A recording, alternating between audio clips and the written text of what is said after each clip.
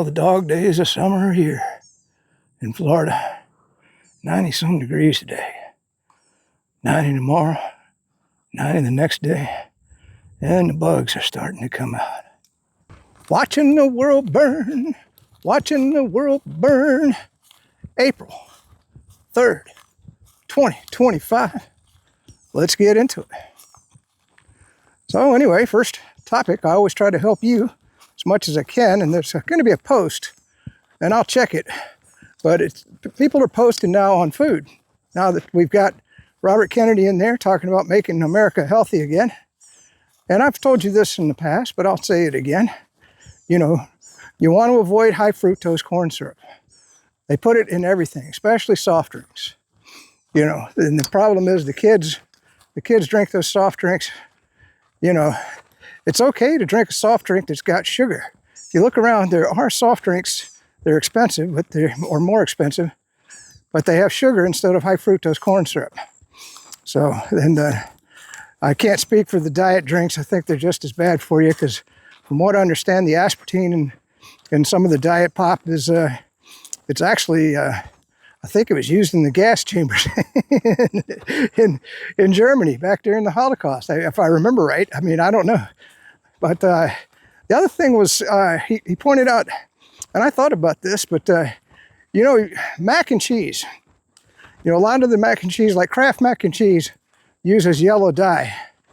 Okay, so you want to stay away from Kraft mac and cheese, but there are organic mac and cheeses that you can buy. You know, be sure and check the ingredients. And it just, you know, the reason why people don't buy it is because it looks funny. It comes out a lot whiter than that bright yellow that looks tasty as hell. So, you know, that, but, and that's, you know, the organic mac and cheese, check the ingredients. But that'd be an option for you. I know another one is, he mentioned Skittles. Skittles also has dyes in it.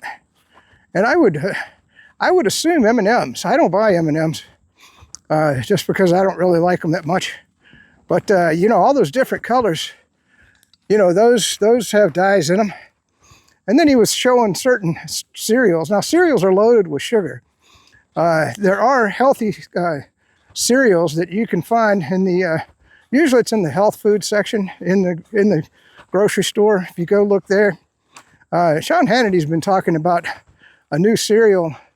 I'm going to try it out, or I'm going to check the ingredients on it. It's called Berry something or other. I can't, God dang it, I wish I should remember the name because I've heard the advertisement a dozen times.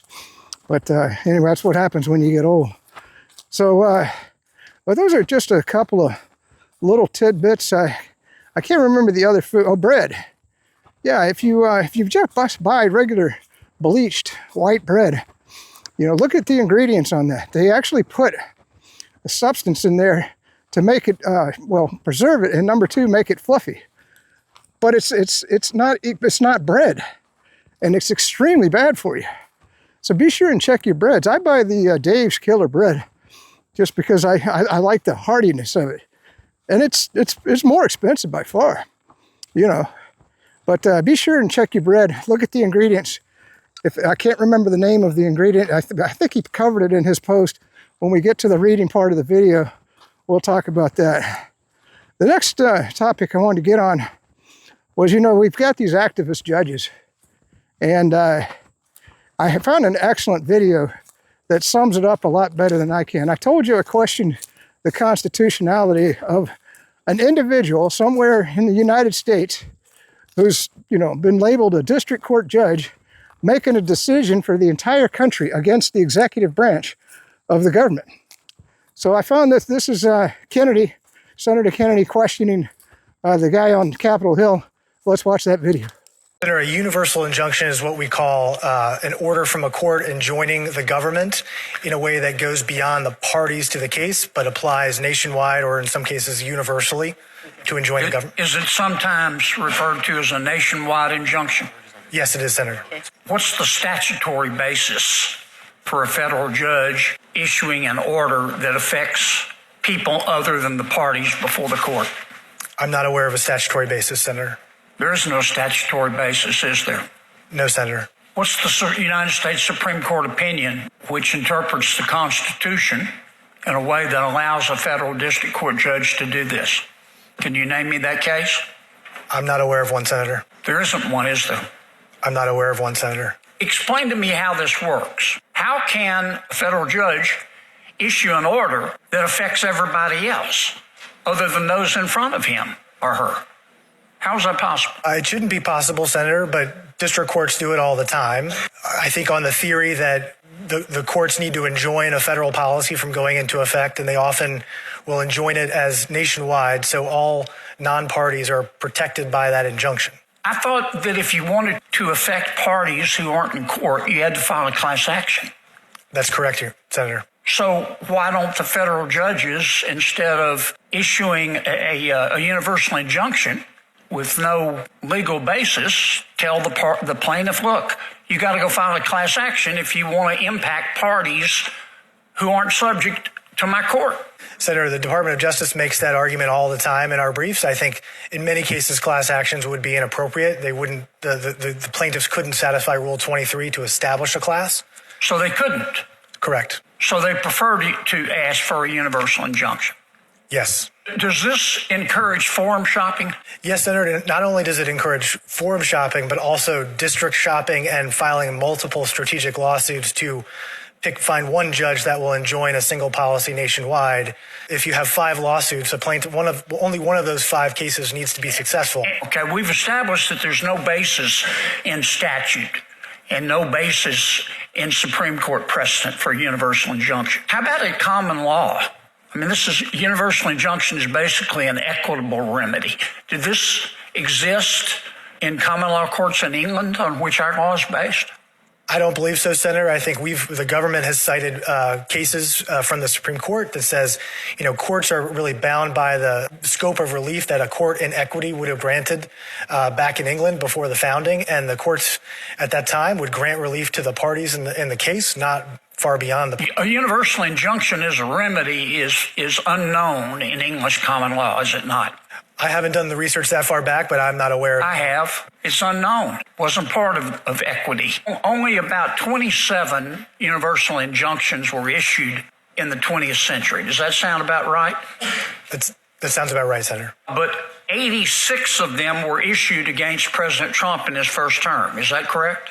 I don't know the specific number, but they were a high number. And so far in President Trump's second term, 30 universal injunctions have been issued against him, have they not? Senator, I don't have the specific number, but that sounds about right. The universal injunction has become a weapon against the Trump administration, has it not? Yes. And tell me again in my last 10 seconds, tell me the basis for universal injunction in Article 3.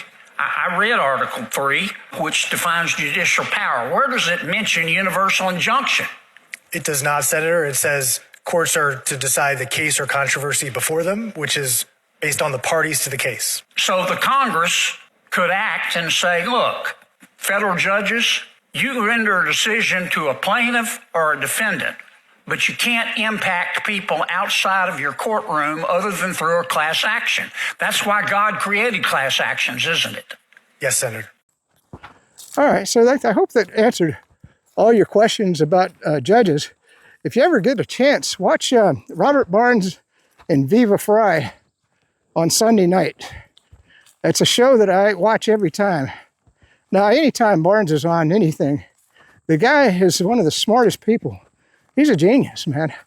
And he'll go through all the Supreme Court cases, everything, and they talk about the law. Now, you might think, well, that'd be boring as hell. Barnes is actually pretty funny. I mean, he'll get up, he gets on his box, and he'll start ranting and raving. It's fun to watch. At least it is for me. Maybe I'm just a warped, news hound. But I do encourage you to watch that show, because you'll learn a lot about these district court judges, in addition to what Kennedy just told you there. The next topic I wanted to get into was everybody screaming all over X. When are we going to see a prosecution? When are we going to see somebody arrested? When? Well, understand, they just got in there. I don't think, when was Pam Bondi confirmed? I mean, it was a couple weeks after Trump became president. It sometimes takes years to develop a case, an airtight case, before you start prosecuting. If you don't dot your I's and cross your T's, a good lawyer, and believe me, if you're charging somebody like let's say just Nancy Pelosi, because I think she's a criminal. Let's say you charge Nancy Pelosi. You don't think she's going to have the best freaking lawyers in the whole damn world? I mean, that woman's worth hundreds of millions of dollars. You know, of course, the Democrats don't understand that she's a grifting person. Hold on. That was the old battle axe. We'll have the dog, potentially, back on the videos tomorrow. Everybody likes the dog. That's my ex-wife's dog.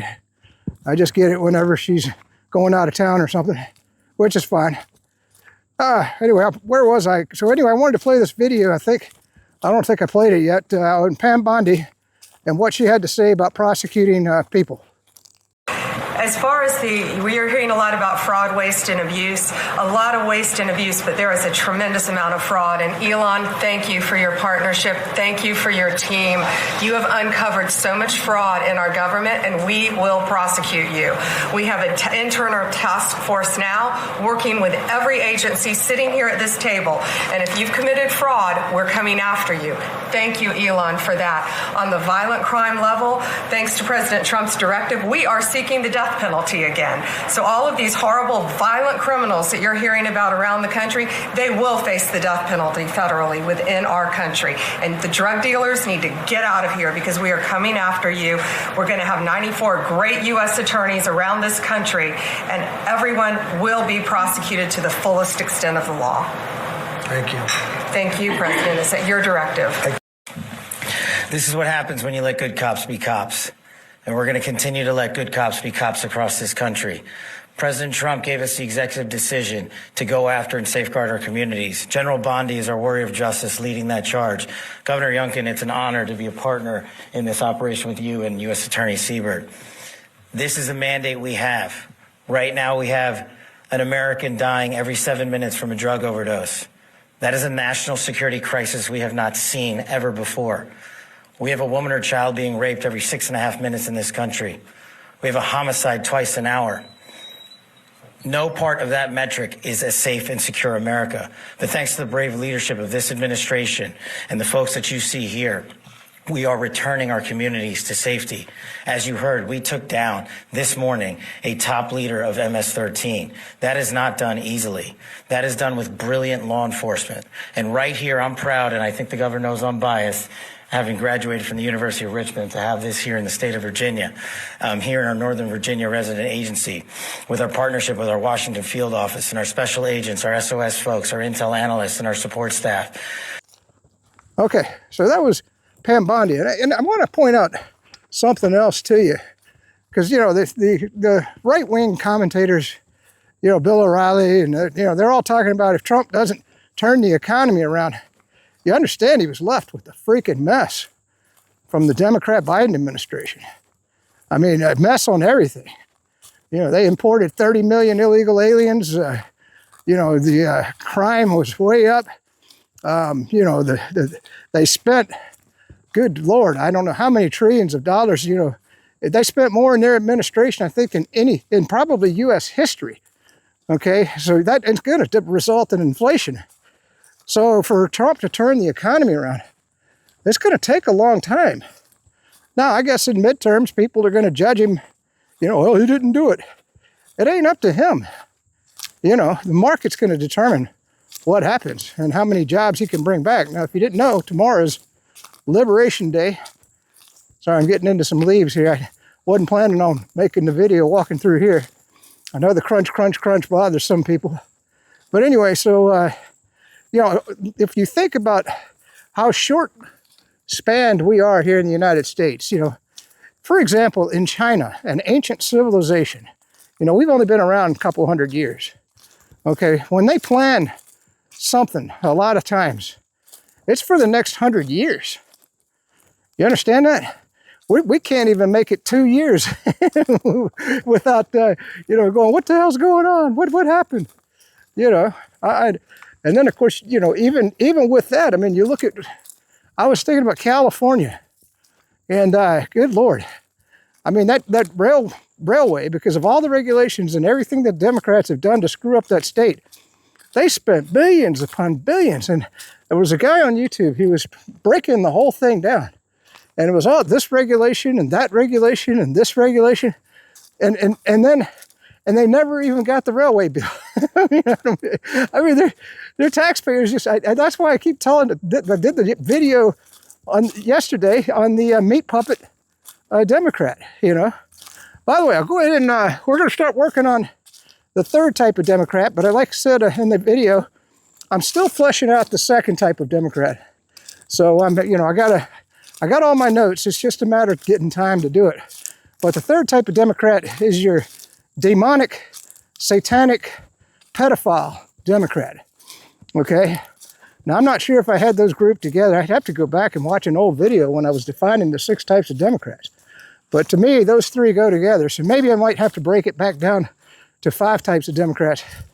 But anyway, we'll see. But anyway, yeah, if you, when Command Bondi, because, suppose you're accusing a Democrat in Congress of being a pedophile. You better have some damn good evidence before you make an accusation like that out of the Justice Department. Getting back to my other theme, But I do think that a lot of congressmen are pedophiles on both sides of the aisle, more so on the Democrat side. Anyway, well, yeah, and so, we talked about the Epstein files. Right now, they had 6 trillion terabytes of data that they're going through right now, and God knows what they've got. So we should see some big name prosecutions, I have a feeling, coming up before too long. Because right now, and from what I've heard now, I have no sources in the FBI, but there are people on YouTube who've said that through their sources that they've determined that the FBI has an entire staff dedicated to looking at that data. So we may see something soon. Let's wait till we get to the sit-down portion of the video, coming up on that, and then we'll continue. Yeah, I tell you, I'm sounding kind of fuzzy. I didn't bring water. I should have.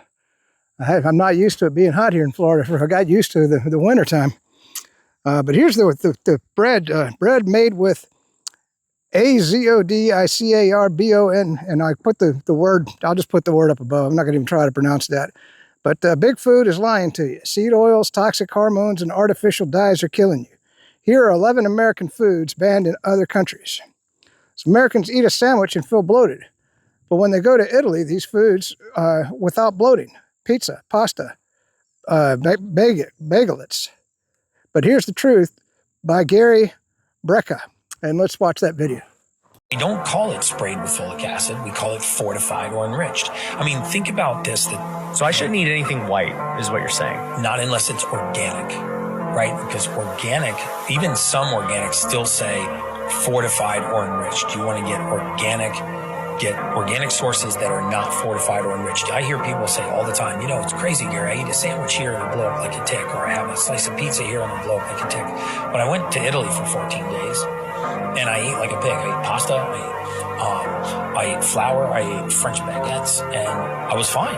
Right. Well, because that bread doesn't have, first of all, seed oils, and it also doesn't have high amounts of folic acid. All right, so that was interesting. And then we talk about U.S. milk. If you have ever followed Barnes, there's a Amish farm, can't remember the guy's name, in Pennsylvania, and he sells unpasteurized milk. And it's supposed to be really, really good for you. I'm going to start ordering from him. But of course, in the Democrats in Pennsylvania, they're trying to keep him from being able to sell his product. And so it's been a court case that's been going around. So I'm not sure you can buy it or not. But how bad is milk? Cows in America are given a hormone called RBGH. No wonder this milk is banned in 25 countries. Here's why you should never drink milk. And anyway, this is the video. Our milk is banned in Australia, New Zealand, Canada, Japan, and the EU due to a synthetic hormone called RBGH that was given to these cows so they would produce more milk. Word got out about this, and people raised a fuss and they stopped drinking milk. Eventually, a lot of these manufacturers stopped using it. It's very cool that we can make a difference. All right, so that was interesting. Twinkies, America's favorite snack cake. It's not mine. I'm not even going to play you this video. If you're going to eat a Twinkie, if you set a Twinkie outside, The bugs don't even eat it, man. It could be there 6 months and you come back and don't eat it. I'm not going to play that video. I think, and this was an interesting one. I didn't know this. Mountain Dew, illegal in Europe and Japan. Why? It contains BVO, which destroys your skin and nervous system, but they still sell it in Europe without BVO. Just an interesting factoid, and there's a video on that. Did you know Mountain Dew was banned in the EU? It's because it contained the ingredient brominated vegetable oil, which contains bromine. Mountain Dew uses oil-based flavorings, which don't mix well with water. Bromine helps the oils dissolve and stops them from separating. Bromine has been linked with negative skin and nervous system effects, so it's been banned as a food additive in the EU. In order to sell the drink in the EU, they made a brominated vegetable oil-free version. But at least in Ireland, the drink never gained much popularity. And since 2020, the US version also does not contain brominated vegetable oil. Just stay away from Mountain Dew. This is one that bothers me. Prepackaged ground beef. Pink slime is an additive used to reduce fat. The result, the meat gets exposed to citric acid. But does that name scare you? Just wait until you hear the side effects. I am going to play this video because I don't understand what he's getting at here. And I'm wondering if the organic beef has the same problems. So let's watch that video. Citric acid is probably the most common ingredient in packaged food. Everything from like canned tuna, crisps, chocolate bars, drinks, even meat. They use it to preserve the color because if you didn't know, meat starts going gray as soon as it gets slaughtered. You might think because of the name citric that it comes from fruits like limes, lemons, and even oranges. And once upon a time that was true, but not anymore. And that's because a loving, caring, humanitarian company called Pfizer started mass-producing citric acid in 1919 using a mutant strain of black mold. And yes, I'm talking about the same black mold that you see in damp houses, on walls, and things like that. Anyone who's had it knows that it's super dangerous, inflammatory, linked to respiratory, gastrointestinal, neurological, musculoskeletal issues. It's crazy. So we're talking about asthma, IBS, Crohn's disease, brain tumors, Alzheimer's, osteoarthritis, arthritis, fibromyalgia. Today's citric acid is made by feeding sugars from GMO corn to black mold, which then ferments and becomes man-made citric acid. It's also found in canned drinks, body lotions, makeup, everyday cleaning products, things like that. These days, everybody on their aunt has got an inflammatory disease of some kind, so it's good to keep an eye out on the chemicals that they put in our foods, because they might be one of the main reasons for why we're so damn sick. Anyway, drink your water, eat your fruits, and don't put anything in your body that God has not made. Safe. All right, so there was that one. We already talked about Kraft mac and cheese. That's yellow dye number 5 and 6. They cause hyperactivity in children and increased cancer risk. And this is very true. In Europe, they use beta-carotene and paprika. I don't understand why the manufacturers, I guess they're just more expensive. Fruit Loops, I was going to hit you with Fruit Loops. Why are they're banned in 30 countries. Why? Here's a breakdown. So not only do they have a ton of sugar, I bet they've got dyes in them. Let's watch that video. United States Fruit Loops, Canadian Fruit Loops. The difference here is obvious. Look at this, guys. These Fruit Loops contain artificial synthetic food dyes, red 40, yellow 5, yellow 6, and blue 1. All of these food dyes have been linked to behavioral issues in kids, hyperactivity, and attention deficit symptoms. So this is what Canadian Fruit Loops looks like, colored with more natural dyes. What's sinister about this is that Kellogg's makes both of these products. There's no reason that Kellogg's couldn't sell this type of Fruit Loops without these artificial synthetic dyes, which are pretty clearly associated with all kinds of behavioral issues and potential allergies in kids with asthma in the United States. But they don't. They sell us these Fruit Loops, the hyper neon Fruit Loops that are very addictive and very desirable to your kids. So this is a big reason that we're fat, sick, and unhealthy in the United States. The solution is simple. Eat unprocessed meat, unprocessed plant foods like fruit and vegetables. These food companies are making us sick, but we know how to get healthy. All right. Coffee Mate. I don't ever use Coffee Mate. Now, I do use milk in my coffee, but now after watching that milk video, I might have to rethink things. I don't know. But yeah, I always knew Coffee Mate was extremely bad for you. If nothing else, just drink your coffee black. I got used to it in the military, man. I mean, I can't even call what we drank in the military coffee. It was more like black tar. Yeah, they'd make it so strong. But when you're working 12-hour shifts 7 days a week during a war, you know, you need a lot of caffeine. So a coffee mate contains hydrogenated, oh, that's another ingredient you always want to look for. If something is hydrogenated, okay, not just coffee mate, but anything on the shelf, don't buy it. Okay, any hydrogenated food, but anyway, contains hydrogenated oils like trans fats linked to heart disease and diabetes. But if that wasn't enough, here are 7 more ways it harms your health, and let's watch that video.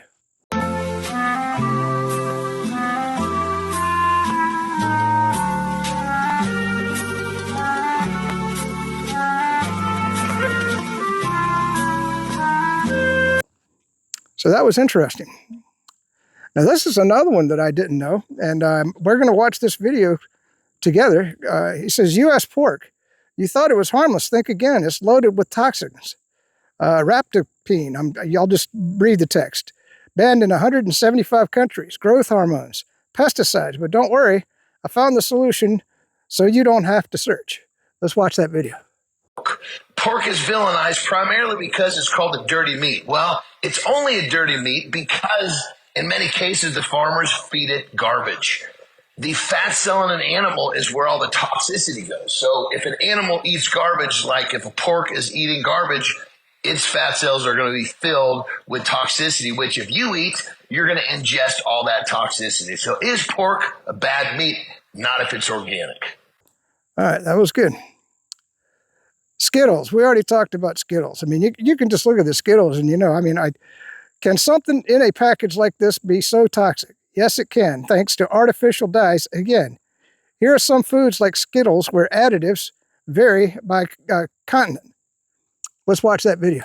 Did you know that some candies in the US have different ingredients as the same candies in Europe? For example, Skittles in the US have 4 high-risk additives that are not found in the European version, including titanium dioxide, which is actually banned in Europe. Fruit Loops also have 4 high-risk additives that are not in the European version. These additives include yellow 6-lake, red 40-lake, blue 1, and butylated hydroxytoluene. US M&Ms feature 3 high-risk additives that are not found in the European version. And these additives include yellow 5-lake, yellow 6-lake, and red 40-lake. A big reason for the discrepancies in the ingredients of the same products across international borders is because the regulations in the European Union are a lot stricter than the ones in the US. But all hope isn't lost. There's actually a California bill that aims to ban harmful substances, encouraging companies to reformulate their products without ingredients like titanium dioxide, red dye 3, and many others. So there you go. And this is, I don't even know what these are. I guess these are what you put in like a drink. And we'll watch this video. But the machito cherries, they seem like ordinary cherries, but that's far from the truth. Here's everything you need to know about them. So let's watch that video, because I don't know either. I remember when back when I used to go to the bar and stuff, I'd get those cherries and you just eat them. I'd eat them right there. The maraschino cherry has sat upon the tops of sundaes, swam around in cocktails, and been suspended in Jell-O molds. Wealthy Americans brought preserved maraschino cherries over from Europe, and Oregon farmers wanted to compete. The problem with this particular cherry, the Queen Anne, was that it spoiled quickly and basically turned to mush when undergoing preservation methods. So a professor from Oregon State University created the preservation process that's still used today. Oregonian food scientists piggybacked on this recipe and created a process that included bleaching the cherries so that they could be dyed unnaturally bright colors. What? Cherries aren't naturally that red. Maraschino cherries do have 1 or 2 legit purposes. For example, they're good on sundaes and a key ingredient in a Shirley Temple. However, keeping multiple jars stashed away for snacking probably isn't the best move. By the time they reach the jar, they're no longer really cherries. Thanks for reading to the end. All right, so that was Harry Prosperous. Might want to follow him on X. Good post there, very good post. This is another one that'll infuriate you. DOGE. The DOGE team fought for days to gain access to the United States Institute for Peace. Eventually, with the help from the FBI and Metro Police, DOGE was able to access the agency and discovered massive fraud, waste, and abuse, including payments to the Taliban and Iraq. And I've got the graphic right here. I'll see if I can follow that. I'm not going to do that here because it uses a lot of data and what might add to that story. This was interesting. I don't know if this is true or not, but Geoman put this out. He says Serbia and Hungary are moving towards a military alliance. Today, the countries signed a document on practical implementation of strategic cooperation in the field of defense. In this regard, agreements will be continued in the matter for further rapprochement and the creation of a military alliance between Serbia and Hungary. Strategic cooperation between Serbia and Hungary in the field of defense is one of the most important aspects of our comprehensive strategic cooperation. Of all the countries in the region, Serbia has the most developed and intense defense cooperation with Hungary in terms of the number and importance of joint activities. And this was quoted from Alexander Vucic after a meeting with Hungarian Defense Minister Christoph. I'm not going to try to pronounce it. You can just look at the post. This is Alexander Dugin. If you didn't know, he was the guy that the Ukrainians tried to kill. I think it was in Moscow. And they blew up his daughter instead. But this is a good post by him. He says, if you ask us, we can try to save Europe from the globalist dictatorship. If you don't, you're doomed. We'll wash our hands. Europe dies. Great Europe from Lisboa to Vladivostok under glorious rule of the Russian Tsar, Vladimir Slaviv, believed in that. Or activists will dominate. Now this, we'll finish up right here. And this is an excellent post by Zlat71. It must be quite depressing for the U.S. to witness the new geopolitical realities. Washington has failed to bring Ukraine fully under its control, nor has it managed to offer Russia any compelling proposals that would lead to cooperation. Meanwhile, Iran is showing no signs of backing down and continue to stand firm on its positions. The U.S. may even have to prepare for the possibility that Iran could launch a proactive first strike against American military bases, possibly just as those bases are preparing for an attack on Iran. Right now, it's unclear in which direction Washington intends to act, against an unspecified adversary or directly against Iran. One thing is certain: a war with Iran would be unwinnable for the United States.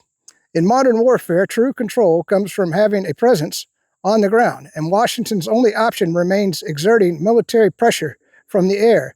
However, the era when the U.S. air superiority was absolute, when adversaries had no effective air defense, is long over. Whether stealth technology is involved or not makes little difference anymore. So I wanted to point out just a couple of things there, because we've talked about, how going to war with Iran, it would be insane. But right now, we've got less than 500,000 men under arms scattered all over the world in bases all over the world.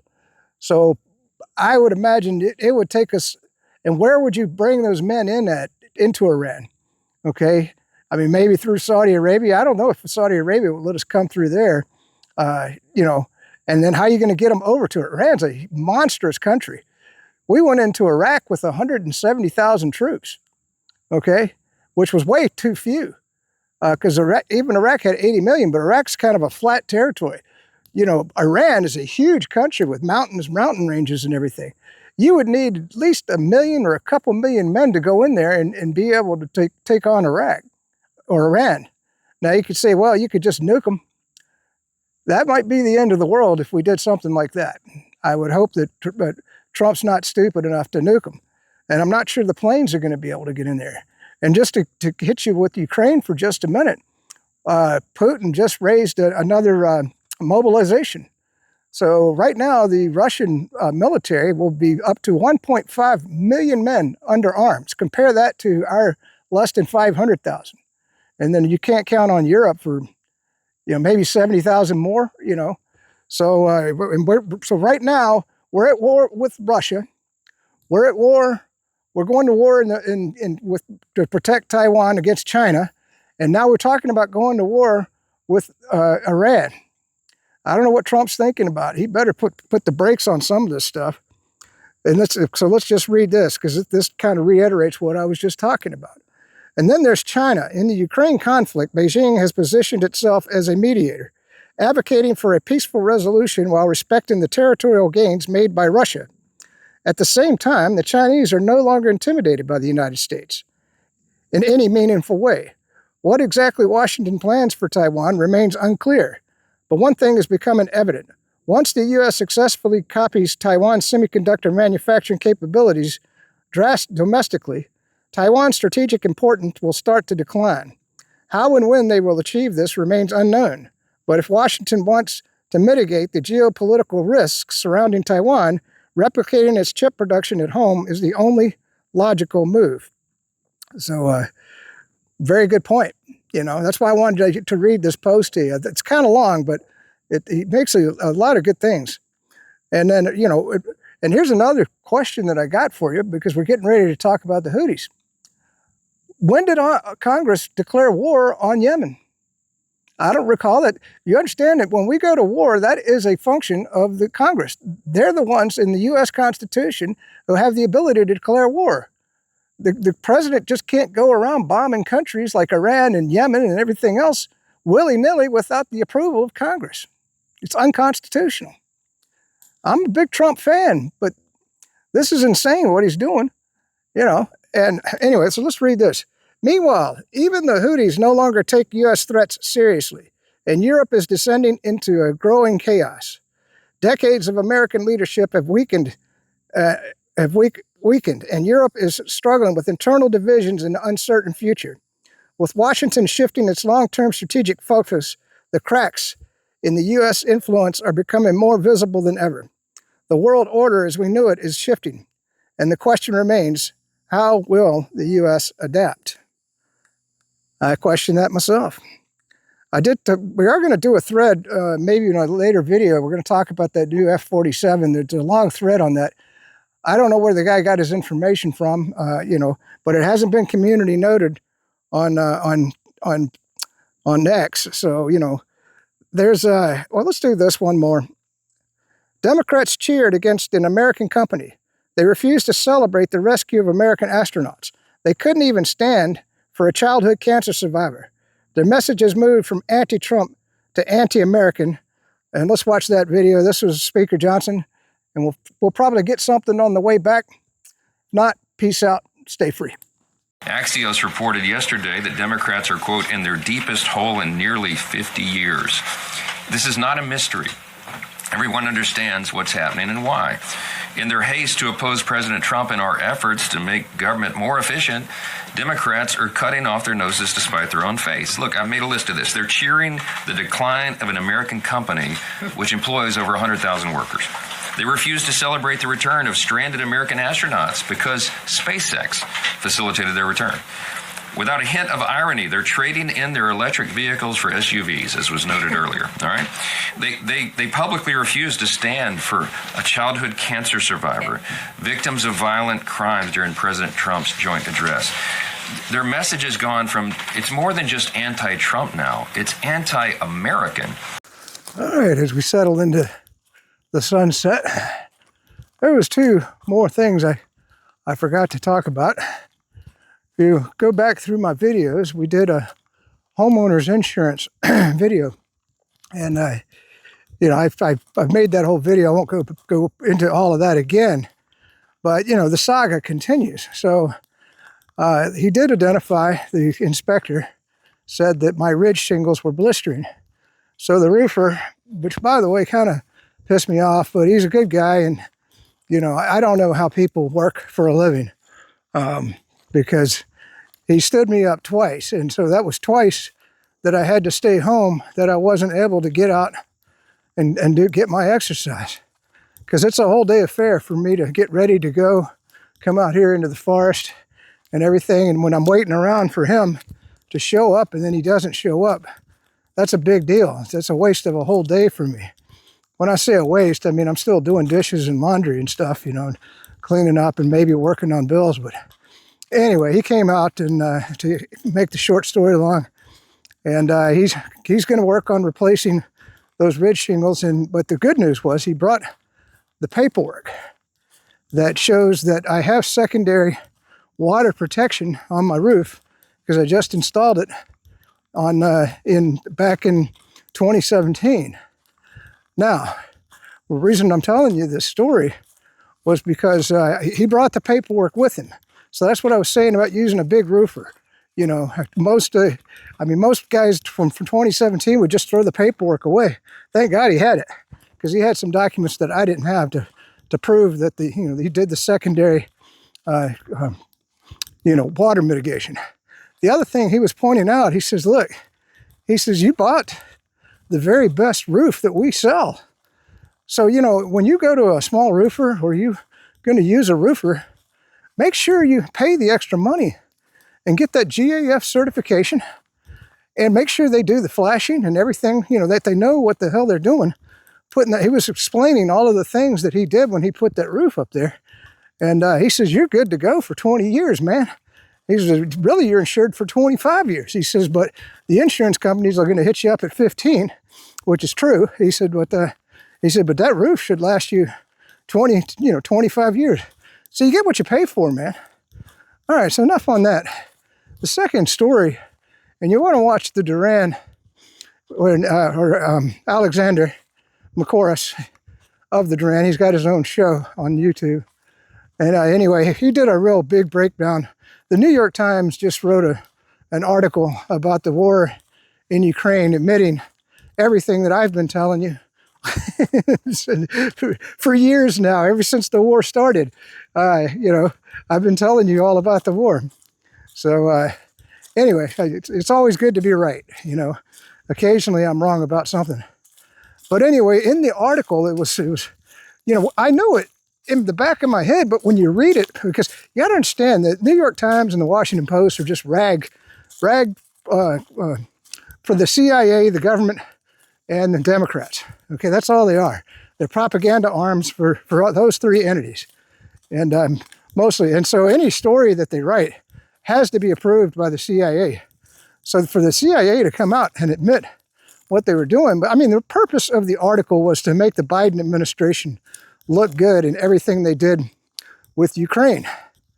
But what the disturbing part was how proud they were of the American involvement in that war. Do you realize we went to war with Russia? If you read the article, there's no other conclusion than you could draw. It wasn't Ukraine fighting Russia. That was the United States. Milley, Austin, and the 3rd General, they planned that offensive in the Kherson region, the first one that failed up against the Russian defenses. Okay, and the purpose was they wanted to go through those defenses and come down and take Crimea. All right, that was the plan all along. And then, of course, the way the article's written, they said, well, it wasn't our fault. It was the Ukrainians' fault because they didn't execute the plan the way that we laid it out properly. The same with everything else. So pretty much all the intelligence, all the weapons, we've got observers on the ground. We've had CIA officers, we've got NATO troops helping the Ukrainians, and so the entire U.S. military has been working with the Ukrainians to fight that war. Think of what it would mean if Russia did that with Mexico. And crazy stuff. Remember when the Biden administration was firing attacks into Russia? That was the United States doing that, man. That's how close the damn Democrats, they're batshit crazy. And in fact, in the article, they said there was a 5 to 15% chance that the war would go nuclear. Are you kidding me? They took a 15% chance. How many people have been to a casino or bought a lottery ticket for a 1 in a billion chance, a 15% chance of nuclear war, and they knew it, and they were happy about that? I'm telling you, man, you got Democrat friends, you vote Democrat, you want the world to end, man. You want the world to end. Well, I'm not sure how much longer we're going to get to enjoy this view. These plants here in Florida grow quick in the rainy season, and we're coming up on the rainy season now, or you could call it spring, summertime. Anyway, I wanted to comment on the Signal story because somebody was talking about that, and everybody, the media was making fun of Walsh when he said, well, that just the number just got sucked into my phone. Well, that's exactly what happens. And of course, the media was making fun of that. Like, well, but that's the thing that bothers me about the media. They want to comment on everything, but they don't know crap about it. I wanted to say a different word there. I'm trying to clean up my videos a little bit. I mean, these people are so damn dumb. Yes, contacts do get pulled into your phone. That's one of the reasons when you set up Signal, you give it access to your contents, and it'll bring those contacts, just like with your regular phone, into Signal. You could say they get sucked in. Maybe it was a bad way to put it. All right, and it should have just said that was a contact on my phone, which is more or less what it was. Let's just get going. So yeah, when he said that, he was being honest. He just put it the wrong way. But I wanted to just comment on that because it just pisses me off that everybody wants to believe everything the media tells them, and they're just dumber than a bag of stones. Oh boy, hope that's not coming my way. There's all kinds of lightning. You see it in there? Man, oh man, I'm getting caught in the dark here. Oh, holy moly.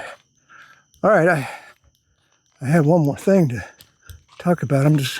That really broke my concentration, seeing that huge cloud with the lightning in it. That's one thing about Florida, 0% chance of rain. But man, these thunderstorms can pop up just about anywhere. So, but I did want to elaborate on the third type of Democrat, okay, the pedophile, Satanist, or if you want to say, the other term. So, mainly pedophile. And you say, well, that's extreme, that cybersecurity guy. That is an extreme label for someone to call them satanic. Well, look at what the Democrats did. They brought 20 million illegal immigrants into the country. Many of them died along the way. The young girls, they knew that the coyotes would pay. They actually paying the coyotes to bring them in. And those young women were getting raped by the coyotes on the way here. And then they lost 300,000 kids. Those kids the coyotes put them in brothels so that they could be raped. And the Democrats went right along with it. In fact, they're probably in those brothels participating. How else can you explain it? Okay, so that's why I say the Democrats are satanic pedophiles. All right? There's no other explanation. There's no way you take, and a lot of those kids are dead now, and they didn't care. Not one bit. Not one bit. I just think it's unbelievable. It's unbelievable to me. That's why you got a Democrat for a friend. I don't know, man. I'd be questioning that.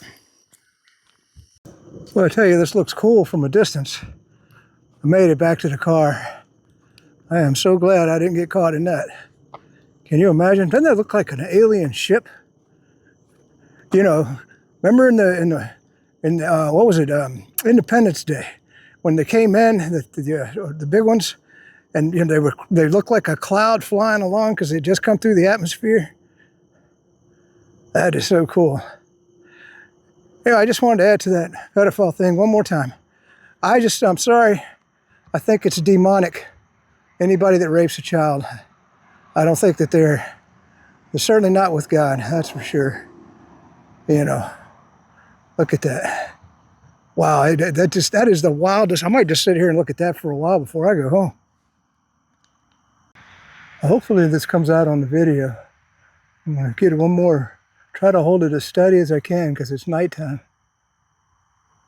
That is just so cool. Man, something just flew right over my head. I guess it was a bat. That is wild.